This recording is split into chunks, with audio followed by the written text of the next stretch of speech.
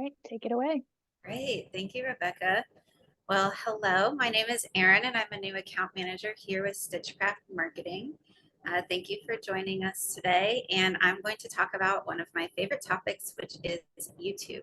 So, I'm going to give us 10 actionable tips to help optimize our YouTube channel and videos for greater discoverability. So, with that, I will go ahead and continue on. So we do have a blog that I wrote with more information about this topic that you can find on our website. The URL is also here as well, but it just goes a little bit deeper into each of the tips that I'm going to walk through now. So before we dive in on what exactly to do to help optimize your channel and videos, I think it's first important that we all understand the importance of YouTube. The biggest being YouTube is the second largest search engine and the second most used social platform in the world. So it's really great for brand discoverability and awareness. And we know that people spend a lot of time on YouTube every day. They're engaging with content there. They're watching video after video after video. And then with YouTube Shorts, they're engaging in a new way with brands and different users. So it's such an important platform to consider for your marketing strategy. And if you're able to really prioritize YouTube and optimize your content for the channel, it's going to help you both engage your customers as well as drive traffic to your other digital platforms. So as I just mentioned, video is a great way to engage your customers, but if you want to be able to engage them, they have to find you. So that's where the brand discoverability and making sure your channel and content is optimized for discoverability is so important. And then YouTube is also a great referral source to your website and to other social platforms.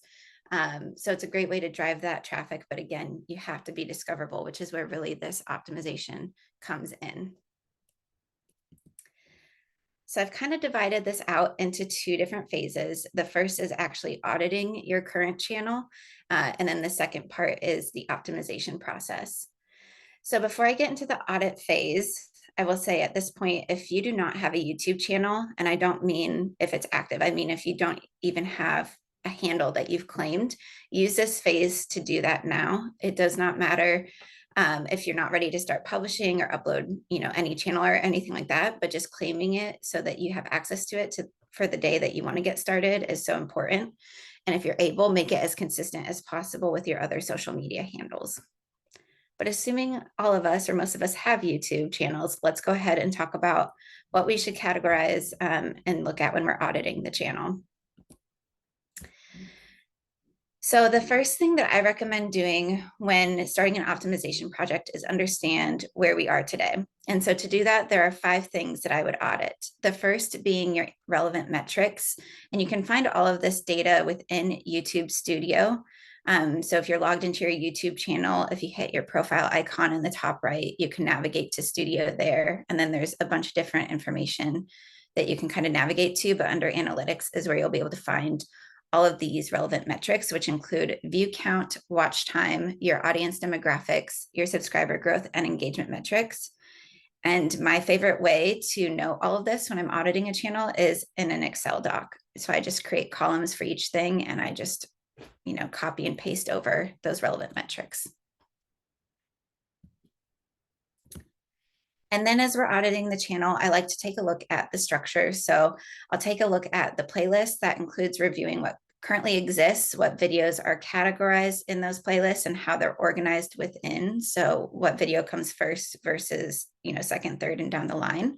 And then the engagement that those playlists are getting, which again, you can find some of those metrics in YouTube Studio. And then as you're reviewing your playlist, you'll also want to take a look at your videos. And this is all of your videos, not just the videos you've categorized into playlists, but all the videos that you've uploaded. And take note of the status of those videos. So are they public? Are they private? Or are they unlisted? Are they still relevant? Or is it something that no longer makes sense to have on your channel? And then how is that specific video performing? And again, when considering how video content and playlists are performing, I copy relevant metrics over into an Excel sheet so that I can quickly, when I'm going through the optimization part of the process, understand what's been performing and what hasn't been. And then the last two things to take a look at when auditing your channel are your cards and end screens. So these two features within YouTube encourage people to stay on your channel longer and engage with you longer. So end screens come at the end of a video and they encourage people to move on to the next video, whereas cards are placed throughout your video and they pop up in the top right-hand corner with some type of message specific to the user. So as you are evaluating those, you first want to take note of if you're using them. It is something you have to manually set up on the back end, and sometimes it may be a little bit confusing navigating to that. So that's why I always like to make sure, A, that you're using them, or if you're not taking advantage of them. And then if you are using them, are they effective, and are the CTAs and the videos that are being placed within both cards and end screens, are they still relevant? And then similarly, to get people to continue to engage with your content, you'll want to evaluate the links that you're providing. This includes the links in your video descriptions that align to the content of that video, as well as the links that you have on your channel, so in your About section. And you want to evaluate them for accuracy, the placement, and ensuring that it's accompanied with an actionable call to action. So those are the 5 tips that I provide when auditing your channel. And once you've gotten all that information and you've documented it in a way that makes sense to you, we can move into the optimization phase. And this is where you're going to take all the information you just learned from your audit and use it to make your channel even better. So again, I have 5 actionable tips under this phase as well. The first is to archive and republish your videos. So as you were auditing your video catalog as well as your playlist, you were taking note of what makes sense in terms of, is the content still relevant? Is the video status private, public, or unlisted still make sense? And does the organization of the videos make sense as well? So if there's anything that's outdated, go ahead and archive it from your channel. If there's anything that you want to republish, for example, from unlisted to public or from public to private, you can go ahead and do that as well. And then for those videos that are staying on your channel that you're not archiving, you will want to take the time to optimize your video titles and descriptions. So I did pull a handful of the most common top performing crafting related keywords. You'll notice that almost all of them need some type of personalization to the specific craft or something like that that you are optimizing for, but it's a good place to start. And then you'll take these keywords and you'll place them into the video title and into the descriptions. And if it makes sense, you can also use it as a hashtag or a tag. Hashtags and tags on YouTube are an indicator to the algorithm that the content is relevant for people based off of their search queries. So for hashtags, YouTube will show up to 15 hashtags in the description of a video. And what you do when you're placing your hashtags in a video, you put it in the description area. And then when someone sees it, they'll see the first 3 hashtags up by the title of the video. So I do encourage that those first 3 hashtags are the most relevant to that video content. And then the rest will be in the description area. And then tags are purely on the back end. And again, both of them are just great indicators to the algorithm to help match your content with individuals' search queries, which goes back to making your content and your channel discoverable.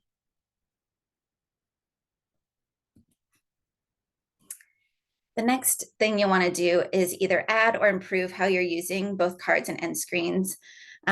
So you'll want to take a look at where these are placed, particularly for the cards that pop up during the video. I have found that placing them right around when you see people drop off from videos is a good way to help try to keep them engaged. If not with that video, then at least with your content and your channel. And then again, just making sure that you're using actionable language, making it very clear what you want a viewer to do next. And then I always encourage you to test and tweak, find what works best for you to keep people on your channel. And then you'll want to focus on playlists. So this is a good opportunity to reorganize your playlists if during the audit you found that maybe how you were grouping things together didn't make the most sense anymore, or to create new playlists or to establish playlists in general. A couple different ways you may decide to organize things is based on themes or a specific series. And something else that I've always found helpful, if you're putting together a playlist and you want to add supplemental content. So for example, maybe you have a playlist about a specific project type and you're taking users through the steps and you're featuring different techniques or machinery used. You can then go and find a video about a specific technique or about a machine and save that to your playlist as supplemental. So a good example is, say you want to highlight a Bernina sewing machine because it's what you're using for one of your project playlists. If you go to Bernina and find that relevant video, there will be a save button, and you can save that video and then dictate which playlist on your profile it gets added to. So this way people are staying engaged with your channel and your playlist, but you are providing that supplemental information for them. You also then don't run into any issues in terms of trying to upload someone else's video as your own. And then the last thing with playlists is you can customize your homepage to feature certain playlists that you've put together. So this is a good opportunity too, to identify which playlist you want to feature and then get that set up on the homepage of your channel.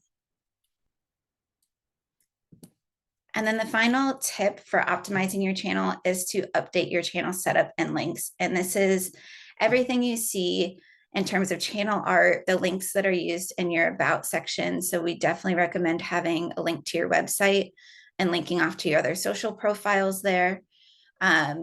YouTube also offers customization in how your channel looks. So as I just mentioned, you can feature certain playlists on your homepage. You can also have a feature video. You can customize which tabs are showing at the top and things like that. And then the last thing there is making sure that your about section is fully populated and is consistent with how your about sections on your other social media and digital platforms appear. So those are kind of the 10 tips, if you will, to both auditing and optimizing your YouTube channel and videos. And now that it is optimized and you spend the time doing that, I recommend prioritizing keeping it that way. So every time you're uploading, a new video, you're uploading it with keywords, with your calls to actions and links, adding end screens and cards. And if you actually go to our blog that I wrote about this topic, we do include a template for uploading videos that includes all that information you need to make sure it's optimized. So I recommend that you download that as well. At this time, we can open it up for any questions you might have. And just a reminder, we're always here to help with any of your marketing needs, and you're welcome to schedule time to meet with Leanne as well if you would like.